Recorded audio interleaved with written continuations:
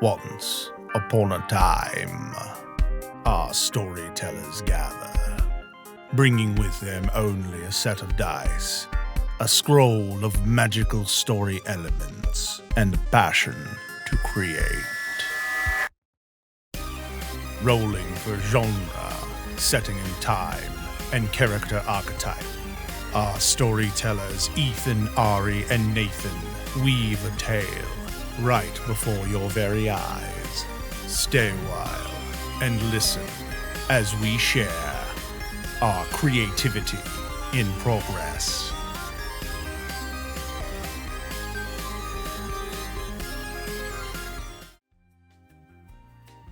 Episode of Creativity in Progress with your host, Nathan, Ari, and me, Ethan. How are you guys doing tonight? Good. Good. And we're off. That's fantastical. Okay. So tonight is week number 2 of the official quarantine / lockdown / zombie apocalypse minus the zombies. If you guys are out there and you're just wanting some entertainment, hopefully this will bring a little bit of joy to you momentarily. If you are not, then we apologize for whatever reason. Yes. So Nate, it seems that we're having a little bit of technical issues here with one of our teammates, Ari. We're trying to get some of this stuff worked out. Ain't that just the way? Of Yes. course it is. Yes. So if you hear some lags or if things are a little weird, we apologize for that, but we're all here trying to make do as best we can. I blame Corona for this too. Yeah, yes. blame Corona. Yes, that's what The I would beer, to be clear. The beer, You have the to beer. Yes. It's Yeah, we're all drunk. We're all very drunk. yes. Okay. Well, you know, it's So sorry. Yeah, sorry. We're sorry. good. No, oh boy, this is gonna be a good show. It's gonna be a Professionals, really people. good show. We're professionals. Very My good at this. God. All right. Let's fine, we'll edit it out and post. We're at in post on a live stream. As I was saying, we're all clearly very drunk, but we were going to go ahead and start the show. For those of you, if it's your first time checking us out, thanks for stopping by. What we do on this show is we literally build a story from the ground up, based off of a few critical roles. We roll for the type of a genre that we do for a story, the setting that we do for the story, and the archetypes that we do for the story. So, Nathan Beatty Jr. III, would you like to start us off on our roles?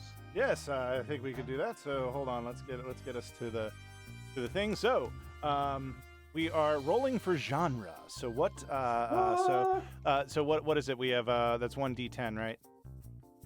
Believe Yes. so, yes. Okay. At the moment. Yeah. Okay, so let's go ahead and do that. All right. 10. Oh. All right, 10. Let's see here. Oh my gosh, my list is not up. Well, look at me. I am not Fail. Professionals, everybody. professional. Oh my God. What was 10? Ari, do you have your list up? I do not. Let me see here. This will take just a sec. Where's the list? The list is somewhere. Oh my God. Trying to go through all this stuff. Hang on, let me just. No, it was. You see here. I'm going to pause and No. get it for you. If No, I that's the can. wrong one. Sorry. I had it up and it's the wrong document. That's on me. Thank you, coronavirus. Thank you so much. I had one job to do. Just And one job. For those of you who may be joining us because you heard my interview that I just did, this is completely indicative of every show that we do. Yeah. It is This typical. is a show. We Uh-huh. wanted to make sure that we gave you the true experience here. Absolutely. This is true to form for us entirely. I'm It's actually true. still searching True. for it. Oh my Number God, 10 where- oh, is fantasy. Ooh! Oh, wait. We just did fantasy. I mean, do we want to roll again, or do Let's we want to roll roll again. Let's yeah, roll again. We roll just that. did fantasy. We roll that bad boy. Yeah. I'm All right. Let's see. still looking for my list. 2. It's the same thing, my friends. It's a Fantasy. different. It's a different type of fantasy, but it's still. Is our list just fantasy? Fantasy, Wait. fantasy. High fantasy, low fantasy, left fantasy. It's contemporary urban, which sort of takes care of the time period if you wanted to do that. But Okay. Wait, are you looking at the truncated list? Or okay, they're both fantasy though? I mean, we could also roll from the very, very, very long list, but that would be a 1d36. You want to just go? You guys want to do that then? Just go ahead and go that route. Okay, so How about we roll on the curated list one more time, and we'll see what it is. Okay. Giving it one more chance. Right. 4. It's fairy tale. We've already done that. So here's the thing. I know we got that last time. What? So 2 says contemporary fantasy. That means like modern day setting, basically. Yeah, kind of like the Magicians. Oh, Right. okay. Oh, okay. I know Okay. what you mean. Or like The show Magicians. Dresden Files or Rivers of London. If you know those books. Oh Yes. yeah. I know what you mean. Okay. Well, I think because I actually want to do this before. What if we go ahead and do the full blown list? Yeah, let's do the full. Or add. Yeah. Yeah. Okay. And then we also need to make a note for ourselves that we need to groom the lists again. Mm-hmm. Yeah, and we'll groom that. It's been a week, my friends. It's been my God. Please forgive Hey, us. I found the list. I finally found the list. Oh, nice. yay! Only 10 minutes late to the party. Okay. So if you could maybe like roll a 1d36. Okay, so wait, I can only do. And we can I know. prune if necessary. Okay, so I can just by the way, by virtue of what I'm doing, I'm having to roll a d20, a d10, and a d6. But Okay. So we'll just go that's with that. fine. Math works. I guess. Well, with that 20. That's not gonna. 20. That 20 not- works. 20 works. We'll just do 20. a d20, and then Yeah. So 16. it's 20 that. So 16. All right, 16. 16. Oh. I feel like Ari somehow orchestrated that, and we fell into a trap. I mean, all right. You want to read it off? 16 is political drama. Yeah, it is. It has an asterisk risky. Yeah. So we that's made a note that maybe we didn't want to include it on the list because it might be risky. it might be risky, The but dice just want to fuck us. Yeah. they do. Yes. But I mean, it came up that way. We can't unroll it. So. I would like to point out that we did mention that when we were discussing about political drama, that it doesn't necessarily have to be like it can be the Trade Federation and blockades. You know, Yeah, we it can be right. completely made up politics, which I like a lot. Yes, yeah, of course. So Now, we let's wanna not do the try Phantom it. I Menace, mean, but it'd be interesting because it's something new and risky. yes. Oh, we're doing it. I'm gonna go and lock it in right now. Okay. I do have that document up. So for the genre, it's going to be political drama, and I'll put risky in there too, because why not? Risky political drama. It's risky. Risky. All right, so we got. Okay. So we got political drama. All right, so now we're gonna roll for setting. Nice. And all right, so setting. What am I rolling for this? This is like the. Let's do the curated list again. But I'm going pretty. I'm going to just knock 10. out what we've already done. Okay. Last time was. Yeah, 6. Yeah. Okay, so you can roll put 2 other ones in. If you want to, or you can put 2 other ones in there. All right, hang on. Yeah. That's okay. Yeah. Sorry. Please hold. And go ahead and play the elevator music. There you go. I don't have it queued up that I can play it just like this, so I'm just gonna. You're doing good. Let's copyright it. Oh my goodness!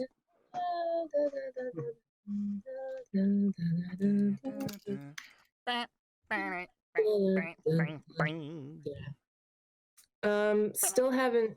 Whatever. So Okay. It is what it is. What is what it is. Okay, so what? House party. Okay. Yeah. I'll make it That's vague fine. enough so that we can do something with it. All right. Yeah, go it for works. It works. Okay, so what am I rolling? What? How many die? A D10. It's a D10? 10. Oh, just D10. Okay, cool. Yeah. I can do a D10. And Yeah, you that, can, we buddy. got 8. 8. Ooh, Perfect. okay. That actually worked out really Underground. well. Yeah. So Underground, because underground, I'm going to lock that in. That could be a few different types of things. It could Yeah, be that like, can be. like That could be a couple of different things. you said underground? Underground. underground. I'm locking it in. Underground. Underground. All Okay. right. And then our do we setting want is to do locked in. time? Want to do time real quick? Of course. Yeah, let's do time. Okay. And that's pretty straightforward. That's just Yes. 3 always. All right. 2.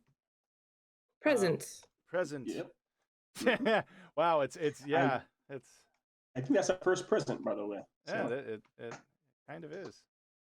Mm.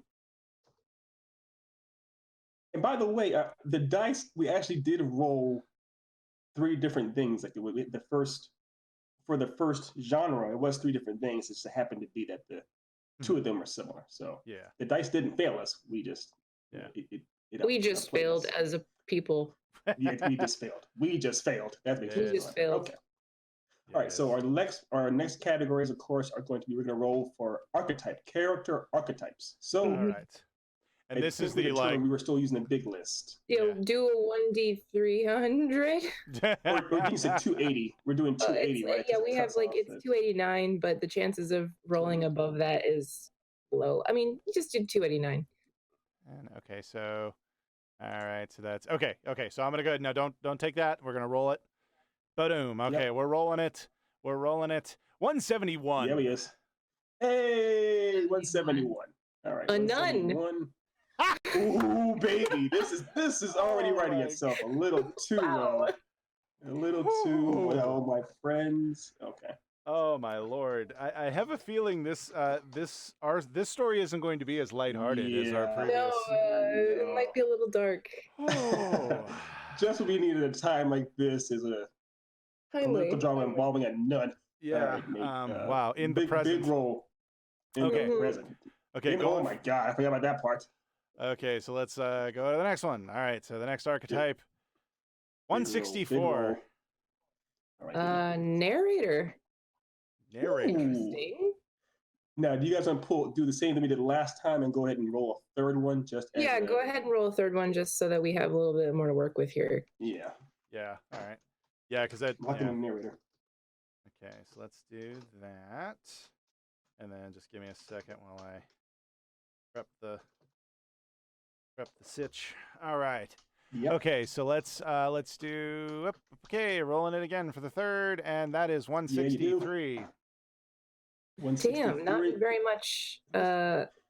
We've already rolled this one. Yeah, we rolled that one before, so go ahead and roll it again, big boy. All right. Yeah. Yeah, it keeps staying around that like 156. Yes. It's staying like in that middle zone.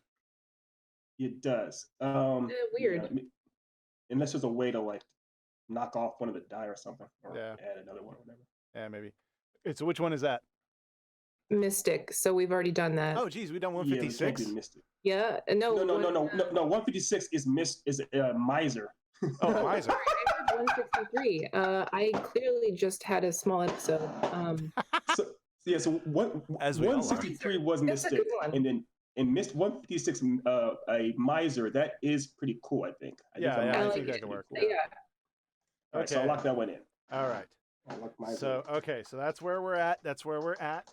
All right, let's go That's where we're ahead and get ourselves set up in the official writers' room. And let me. Woo-hoo. All right, I'm just getting the thing. I'll eventually get all this figured out. That's all right. That's all Yeah, right. you know. Okay, so we are now in there. Okay, so we have a political drama in the present, but set in the underground, with characters of a nun, narrator, and miser. Oh, okay. So is this? Oh, good. So, all right. My initial thoughts here are, we should make this possibly like an alternate universe of the present, or a different type of possibly religion getting involved here, or the nun is not a stereotypical nun, but like maybe some kind of priestess character. I don't know, because it's very it could stray topical. Yeah. Yes. Yeah. Um, I think I'm cool with the whole idea of an alternate present, but also just because we have a nun doesn't necessarily mean it needs to be super religious. It could just be that a nun, like witnessed a murder, like the movie Witness with Harrison Ford. It wasn't about the Amish. It just happened to be that an Amish kid saw a murder. mhm. So Right. it's Right. we can have fun, with that. But yeah. Yeah. Yeah. Okay. I think But that could work. Okay.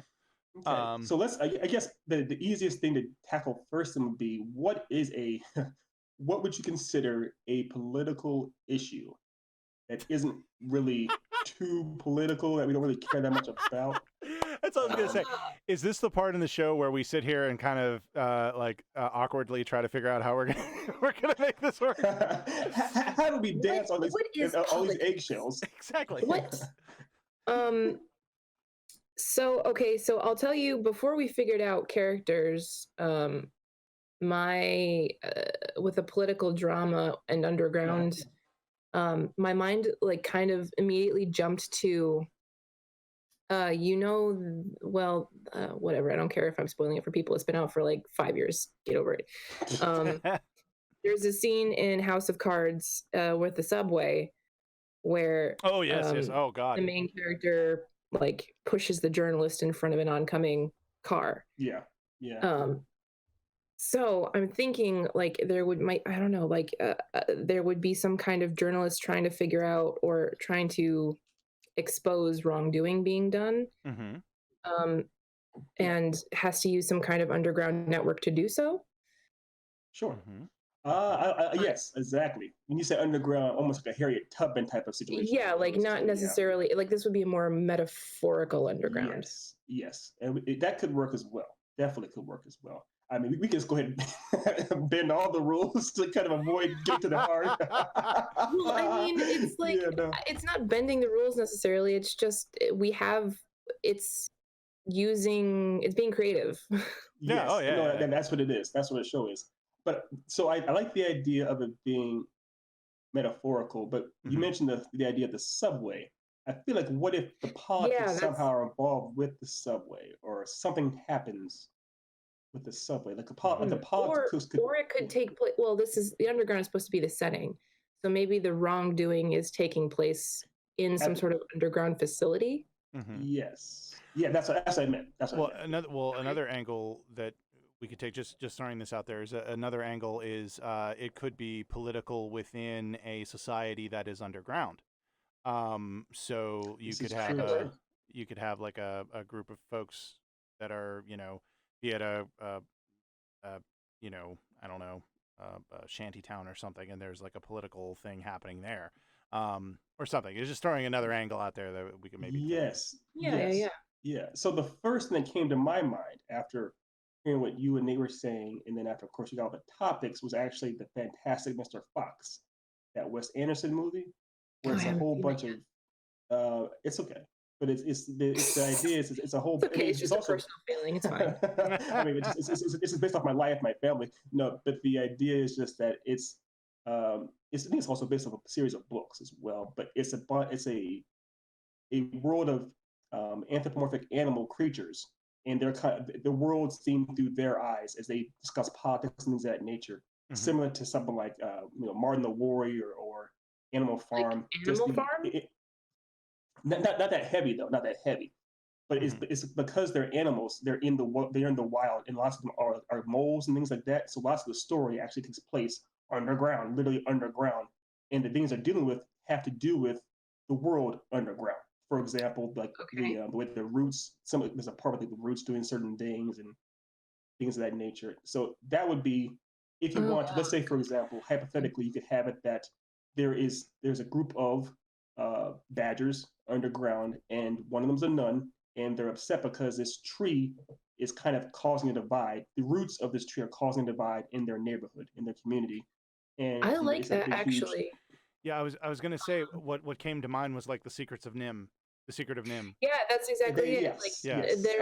And maybe we could do like a Miyazaki spin on it, where it's a commentary on the environment. Maybe humans are messing up the environment for these underground animals.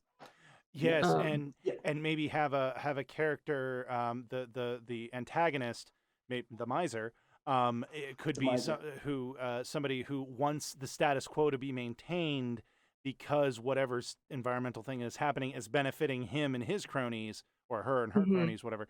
Um, but it is harming the rest, but they kind of don't care because it doesn't affect them directly. Right. And Aha. then the nun So is the yes. voice of those who does affect, Exactly. perhaps. Yeah. Right. And also the nun could be also more of a hopeful voice. If we're going with the whole secret of Nim metaphor, Hmm. Nim secret. Oh, no, her name was Mrs. Brisby. Mhm. Mrs. Brisby would more or less be the nun in this case, and then what's that evil looking rat? That the one that not Nicodemus, but the other one would basically be the miser, essentially, the one Yeah. who Yeah, I know who you're you said. talking about, but all I can think of is Radigan. No, yeah, me too. Oh, I was right there. Vincent Price. Vincent Price. By the way, because of that, so our miser character is going to be named Vincent. In honor of Vincent. Vincent Price. I don't Vincent, care. love it. We have to do that. Oh, Okay. finally, Ethan, you came up with the name Ari likes. Very good. Incredible. it really is the end Maybe of the it's just world when because I'm Ari likes something I come up experiencing with. some Final Fantasy VII nostalgia feelings right now, but Oh my God! Yes, that's fantastic. Vincent's great. Okay, so I guess the idea we're going to go with then. It seems I'll lock it in that now are we going with animal creatures or are we going to go with something that they're people, right? The people that something has happened to cause people to go force people underground. I Uh-huh. do kind of Um, like the animal idea because that's Yeah. just I so do weird and too. something I completely did not consider. I, But I do too. I love that kind of allegory tale, Mhm. allegorical. Yeah. Oh, nice Yeah, pun there with the tail. Yeah, like that. Yeah. So okay, so I'm gonna lock it in that it's a race of animals or different animals are underground. Mhm. I'm And gonna pull up a list of underground animals other than like I immediately think of moles and maybe voles, but yeah, Yeah. moles, badgers. So based off of what Nate said too, that there was an occurrence, something happened that forced animals, and it doesn't have to be like a post-apocalyptic type of situation. It could simply be that there's a farmer that right. Well, literally, if he sees any animals, this does so take place in the present, so I would say right, probably keep it grounded. Yeah. yeah. um, You were just killing them I'm puns. sorry. Not sorry, but not. Okay, so that Sorry, not yeah, I'm sorry. trying to think. So what could I guess? Because whatever the thing is too, the first issue that of course it comes up anytime you deal with animals is it could be that the miser, for whatever reason, sees that animals having to live underground puts him in charge. All the other Mhm. animals have to listen to him. He gains power because of that and what Mhm. have you. And the reason they're all forced underground is because they fear the surface world. They fear either some kind of farmer or they fear something from the surface world that'll harm them. And the Mhm. nun is kind of the voice of reason or the voice of hope, and she wants to kind of bridge the gap between the surface world and the Mhm. underground because I guess they're running out, they're limited on resources. It may be that the miser himself controls the resources that these animals can have and that kind of That stuff too. that's what I was thinking is it might be like a resource thing where for some reason whatever the environmental thing is happening is essentially driving the resources into his possession, his or her possession, and then they are controlling it, therefore depriving the rest of this underground world. I don't think I'm kind of leaning on trying to at least personally, in my opinion of it, it would be leaning towards having it where they already live underground, like having Yeah, it be I want that too. Okay. Where it's All right. already established that they live like a somewhat peaceful existence or at least stable existence, and then something happens above ground that will affect them that they now have to deal with yeah. and have differing opinions on.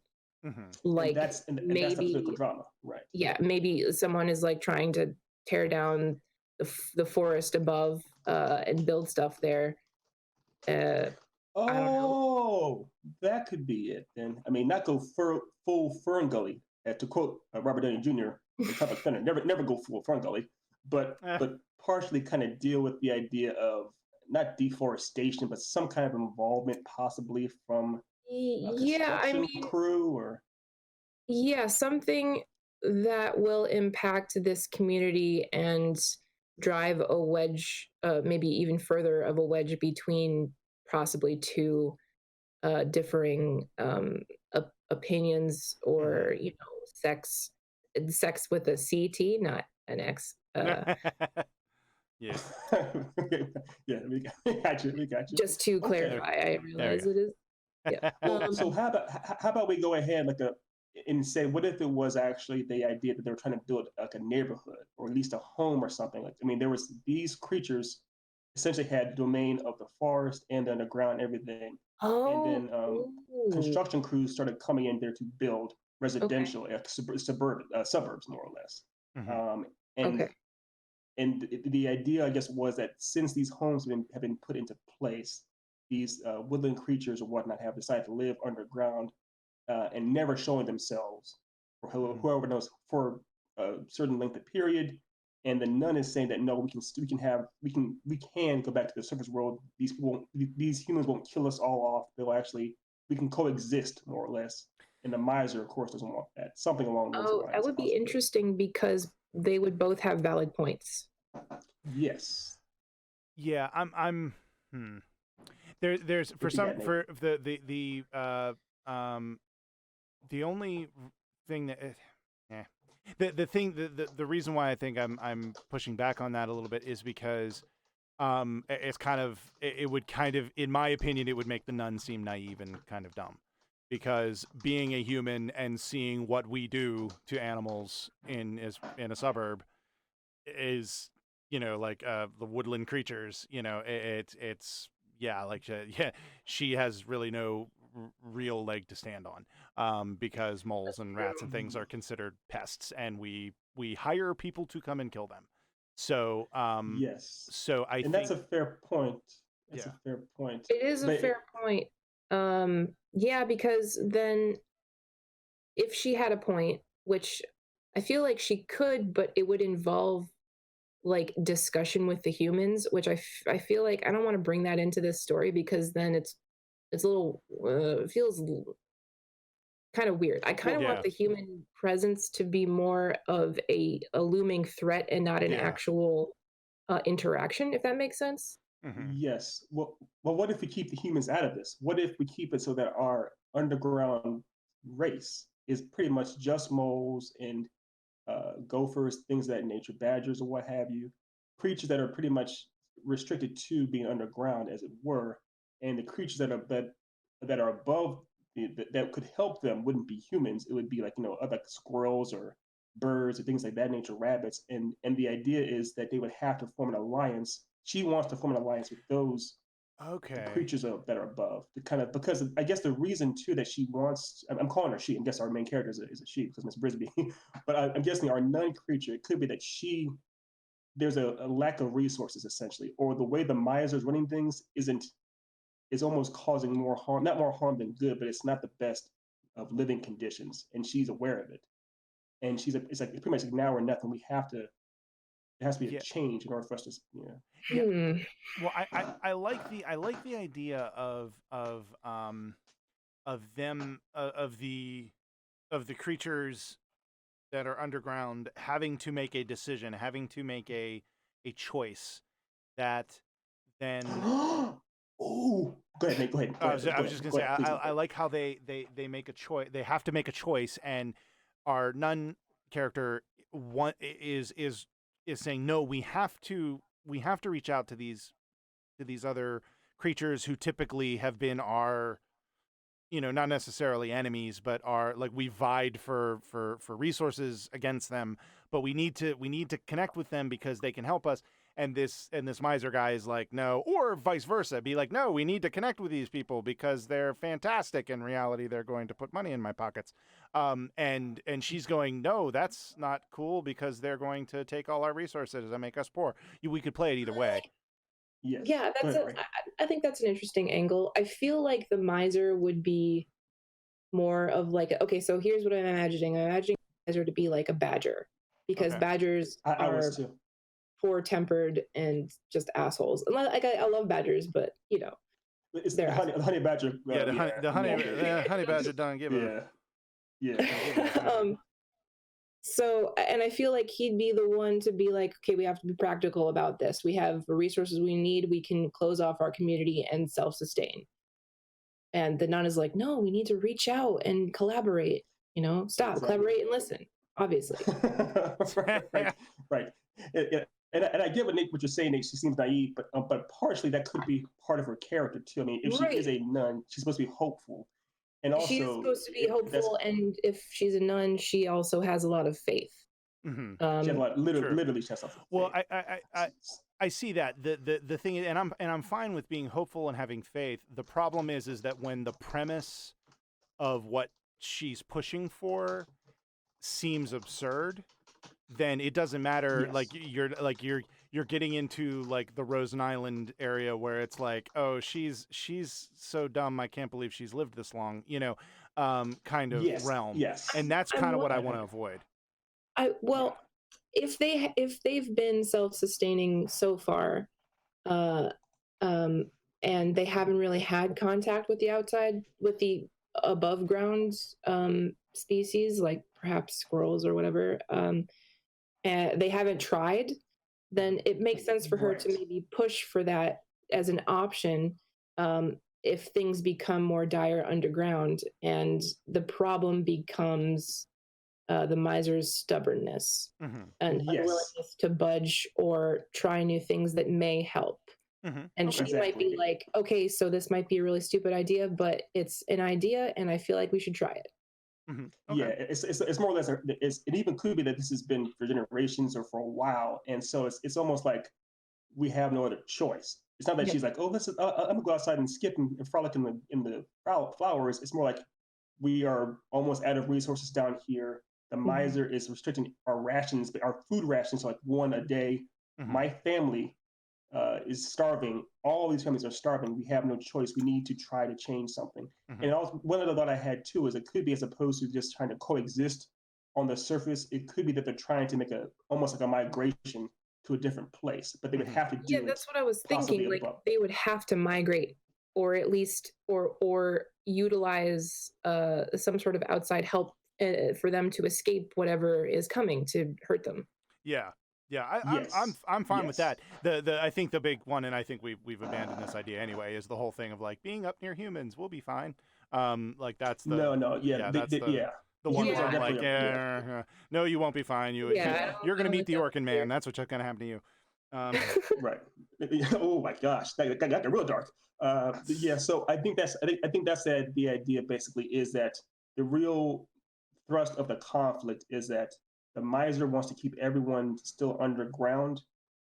In his mind, it is to protect them, keep them safe, but it's very, like Ari said, there's a very stubborn perspective as far as he's so pessimistic. He thinks anything on the surface or any kind of change will immediately lead to the downfall of his race.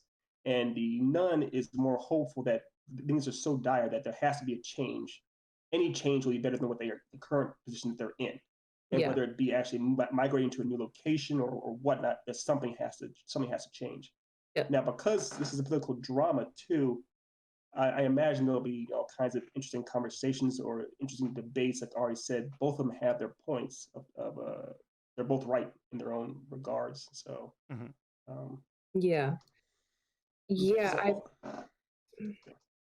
So this is a difficult one because there are a lot of ways it could go. And like creating a narrative out of it is, I mean, we have like the driving force and we have the conflict, but it's just so condensed. I'm not really sure how to turn it into plot.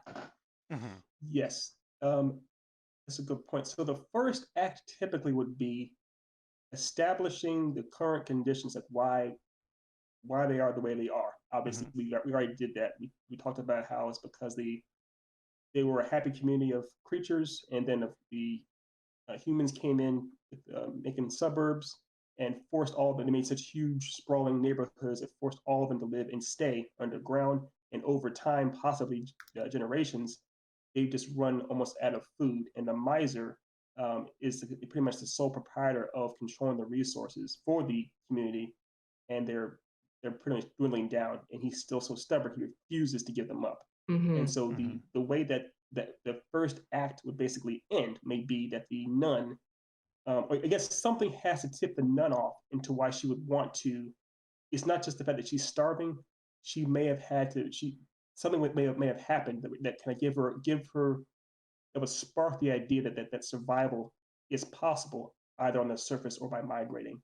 So either she crawls up a hole and sees something, or she gets a note from the surface world, or something had what could happen to make her think that there's Well, a nun is obviously a nun, and they usually live in a convent. And sometimes convents take in refugees.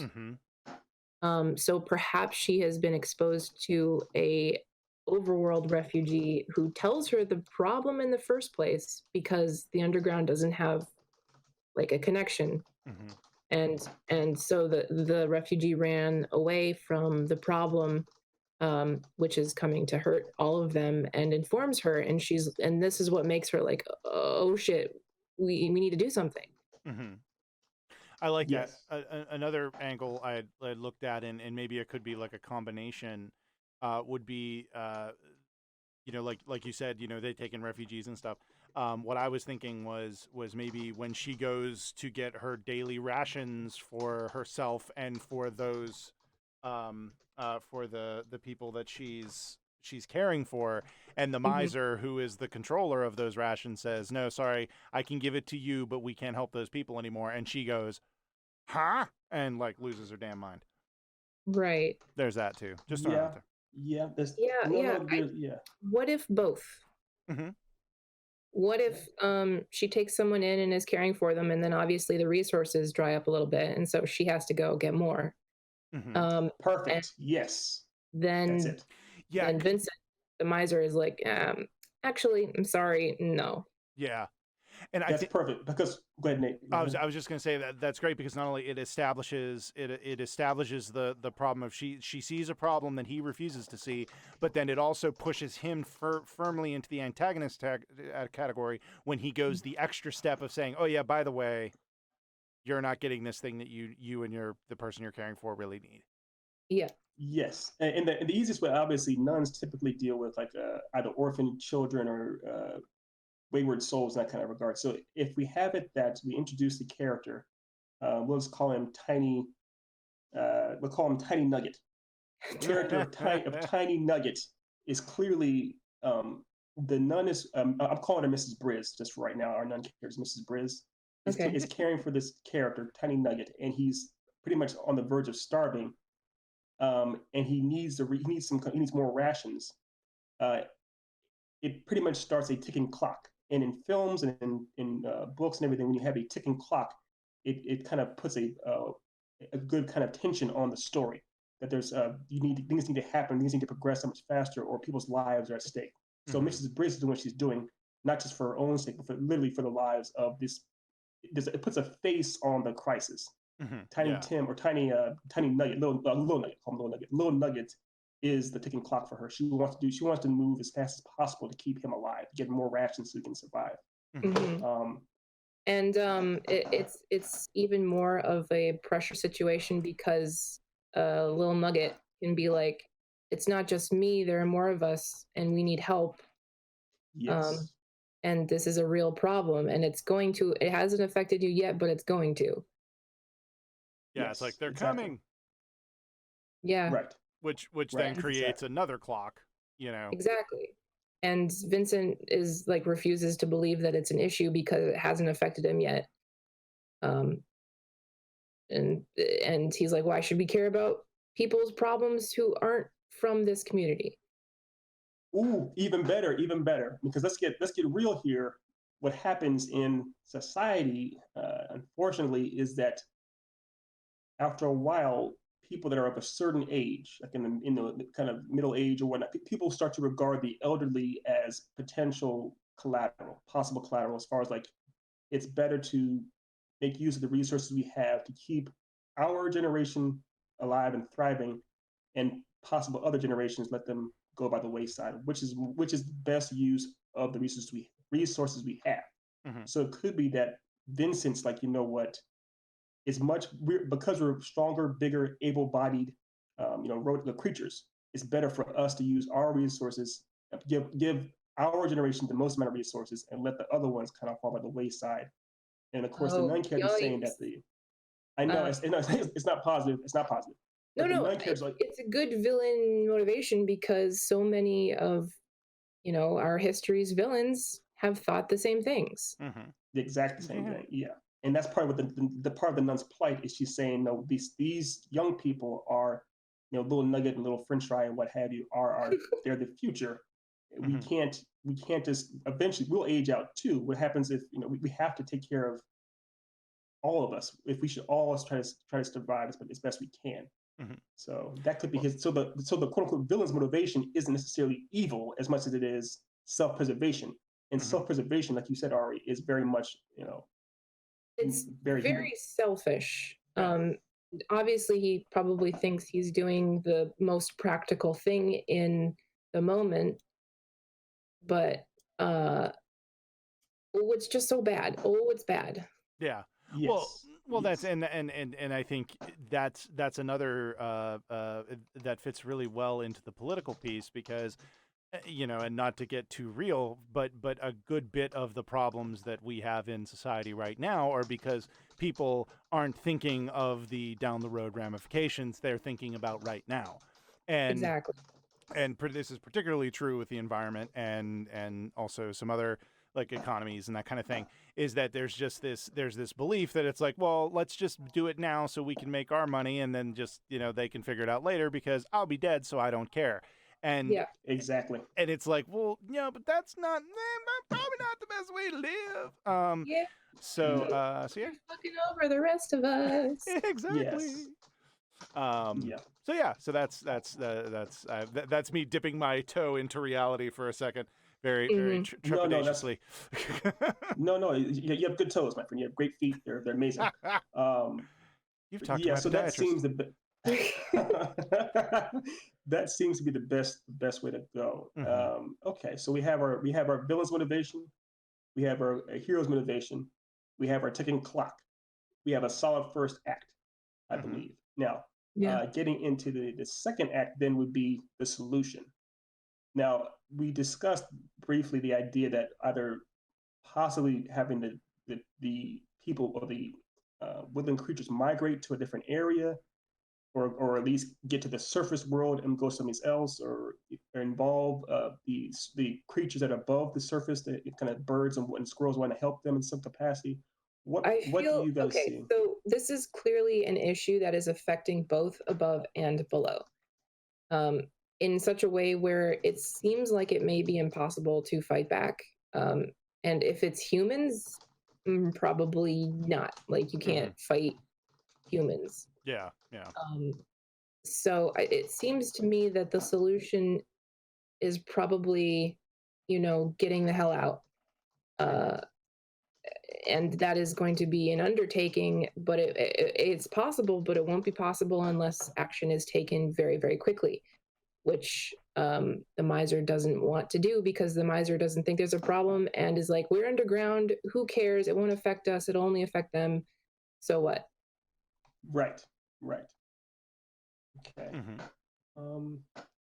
So yeah, yes. So what do you see as Mrs. Briz? What is her idea? Do you have any idea what hers? I think probably she wants to use the available resources that the miser is withholding in order to pack up and move. Okay. I see. Yes, that makes perfect sense. As opposed to just moving. Yes, she wants to say, stay and like hunker down. Yes, she's like, we have enough resources now that if we leave right now with what we have, we can make a migration or a trip. We can make an exodus. To a new location. And the miser, this really is getting biblical. Wow, that's getting biblical. But and the little French fry is like, I know a place you can go. It's where we are thinking of going, which would take care of them knowing where to go in the first place. Yes. Now we could go that route, or we could have a little bit of fun. Just hear me out, Nate. I know you already are going to shut me off. She's a nun. Mrs. Briz is a nun. What if she has a dream, like from a divine spirit or whatever tells you, pretty much gives her like some kind of like she has a dream about a different place, like a promised land to go, something like that. I don't like it. Okay, all right, okay. Yeah, I had to put it out there. Let me explain why. Well, I mean, this is supposed to be a political drama, and I want to keep it not so heavy on the religious aspect and also part of this is, the faith aspect. She's a nun. She has faith. She believes that this will go well, that this is possible. I don't want to to make it magical, even though it's obviously an allegory and we're using animals in place of, I just don't want to. I don't want to bring it too much to a religious place necessarily. That's fine. I think I kind of feel the same way, that I don't want to be too overt about it, but I do like the idea of her, like you said, Ari, having it be like she believes it will go right. She believes, and maybe there can be something that can, like some event that happens later on, and we can obviously discuss this next week because it's probably more of an Act 3 thing that is more like it seems like a miracle, like it could be a miracle, something that was very like unlikely to occur, but it occurs and it saves everybody, and she takes that to mean that was the intervention of the deity. Where as an audience member, you can kind of make your own choice. Like, well, that happened because the freaking Eagles came in and saved everything, or whatever. The animal, not the football team. I don't like that football team. Anyway. No. Yeah. Hey, friend. Hey, I'm Eagles fan. But I interrupted you. Go Jesus. So mute him. But yes, I know that a lot because, well, maybe it's just my own biases, but I hate when this is gonna get real political. But this is yeah. I take full responsibility for outrage caused by my comments. I dislike how religion is sometimes portrayed as being the only thing you need. And you know what, religion is totally cool, and it helps people, and I get that, but it can't be the only thing you put all your trust in. You have to trust perhaps maybe science and facts sometimes as well. So I like the idea all work hand in hand.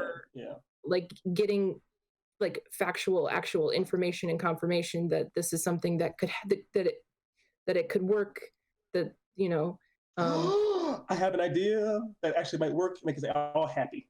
So she's a nun. Nuns oftentimes, at Catholic schools, they teach the children too. So it could be that what she finds is basically in all these books that she's teaching these kids, these young, smaller animals, she finds basically these written like tomes or like old school writings about different locations or maps, more or less, about different places. And she's like, okay, she's found a place in her research, teaching these kids. It kind of almost seems accidental. She comes across this land in a book, like say, I don't know, call it Chicago, whatever it is. She's like, oh my gosh, this place Chicago seems perfect. We could go there and have it. It seems like there's enough water and it's a great place to go. It's not too far for us. We can migrate. If we leave now, we can get there. So it's not based completely on the idea of just random prayers or nonsense. No offense to the religious, but just the idea that she actually, while she's teaching these kids, she does come across this in one of the books. And the idea is that Vincent is arguing with her, saying that how do you know this place is still out there? How do you know this place will have enough resources?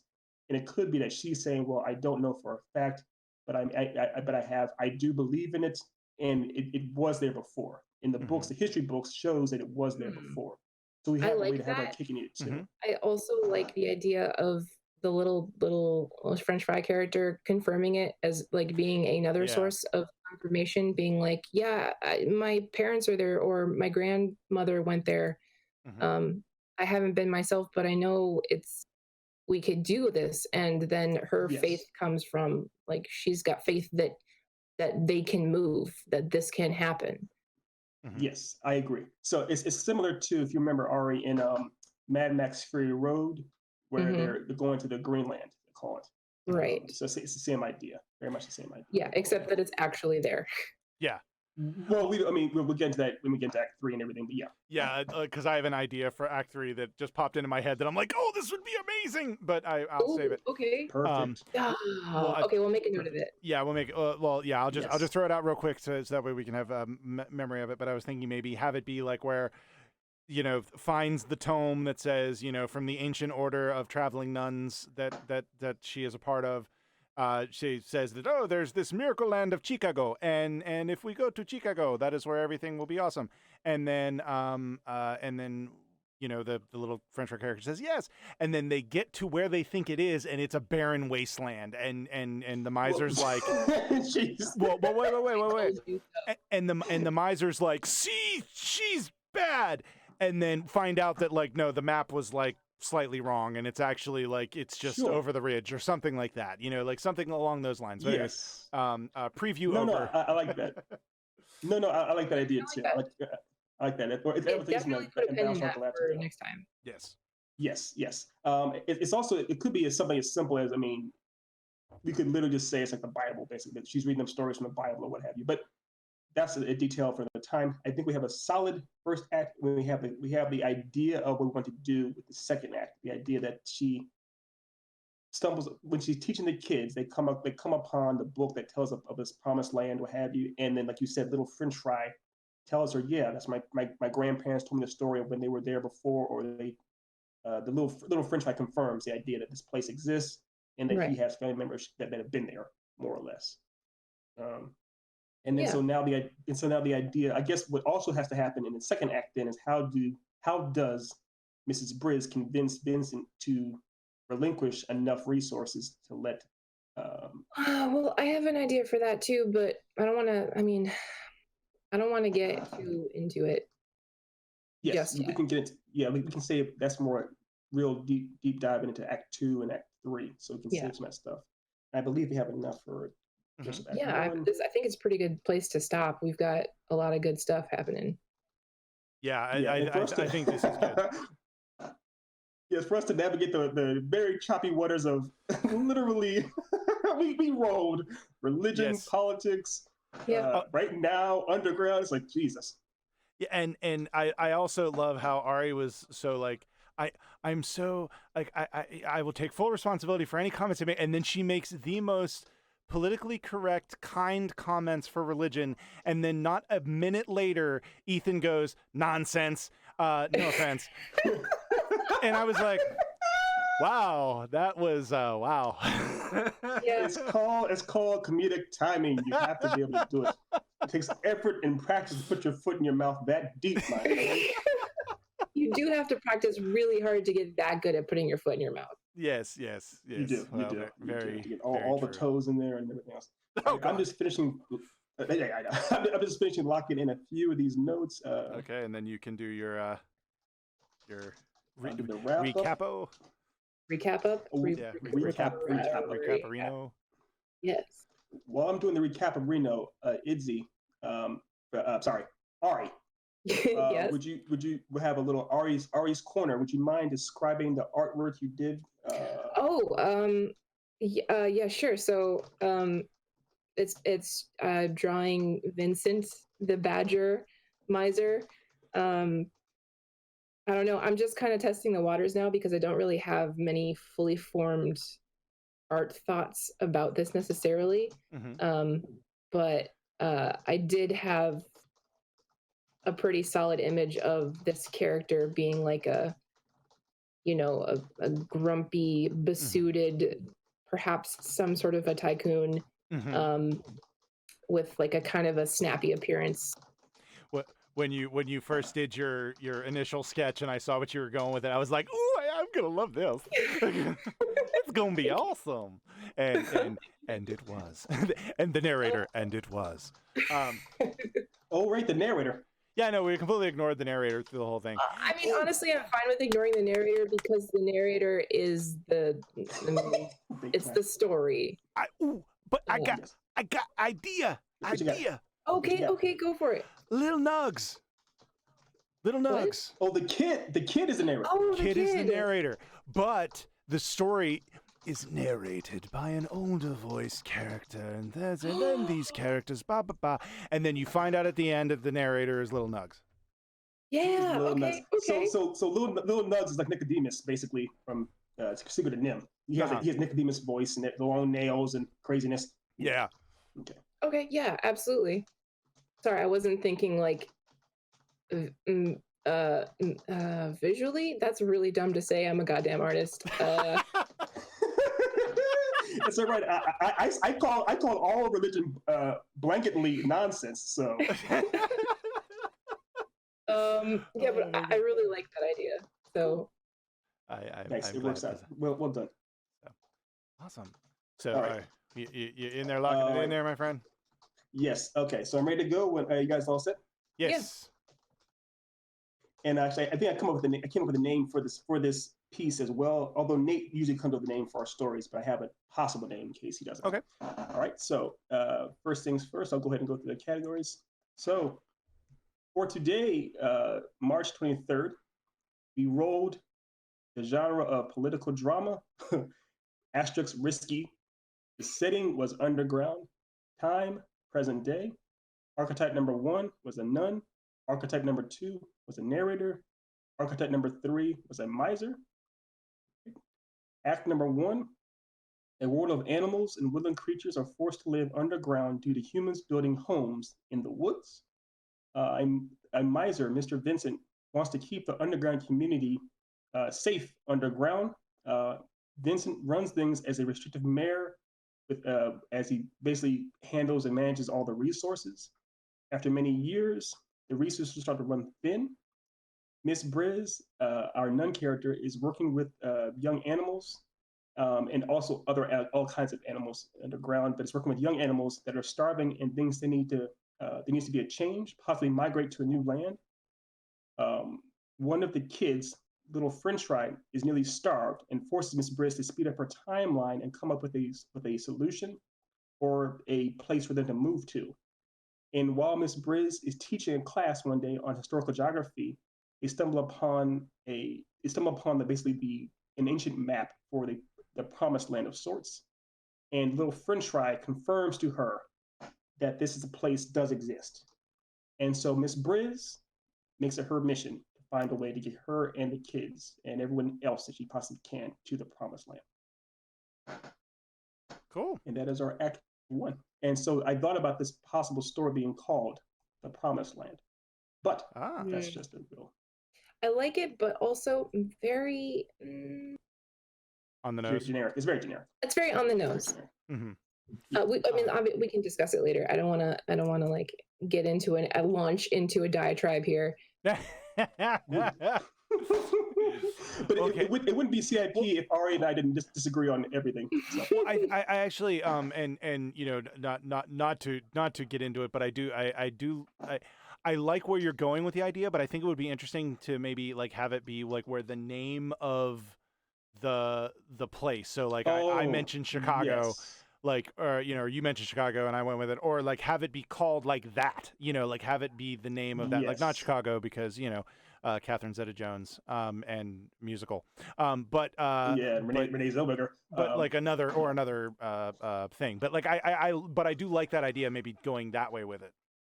Yeah. What I think would be cool is if we actually had it. It's a real place that exists in our world, but because they're animals, they pronounce it very differently. Okay. So, yeah. like, instead of calling it like for example, if it was called like Pittsburgh, they'd call it like a Pittsburghy or something like that, you know, whatever, something like that. You know, Pittsburgh. Pittsburgh, yeah, something like that. But that's the idea. So anyone who just sees the title of the Pittsburgh, you pronounce it like a yes, because the Jewish H at person. the end, you know. Right. Yeah. So, but it's whoever just saw the title would think it was, you know. So that's our story. Cool. I like it. I like it. I like where it's going. I definitely like where it's going. So. And here's my favorite part of the show. I get to actually see Ari what Ari drew, and I love this how sleek this. Woo, buddy! This is one sleek, badass magic. This guy, this Vincent Price knows what he's doing. Yeah. All right. Well, so as we near the near port with this ship, If you guys would like to check out what Ari has drawn, please feel free to stop by either our YouTube, we'll post this on YouTube next week, or come over to our Facebook page where we'll post the images as well. We're going to start making sure we post this on our Instagram too. Sorry about the delay on that. We'll have them all posted on Instagram as well. So yeah. Yeah. And, always make sure to, check us out on YouTube. Check us out any place you get your podcasts. You can listen to that. Or if you're listening and you are, want to hear what all the hubbub's about, check us out on Twitch and YouTube, and you'll be able to see all the fun visual stuff that we have going on. And yeah, I think that's all we have need to do for today. Yeah. Yes, that's precisely how I would have put it. Yeah, I yes. Me no word good. Me no word good. It's difficult. Awkward. It's always fun to dismount awkwardly. All right. Okay, well, thank you, everybody, and I hope you all have a wonderful day.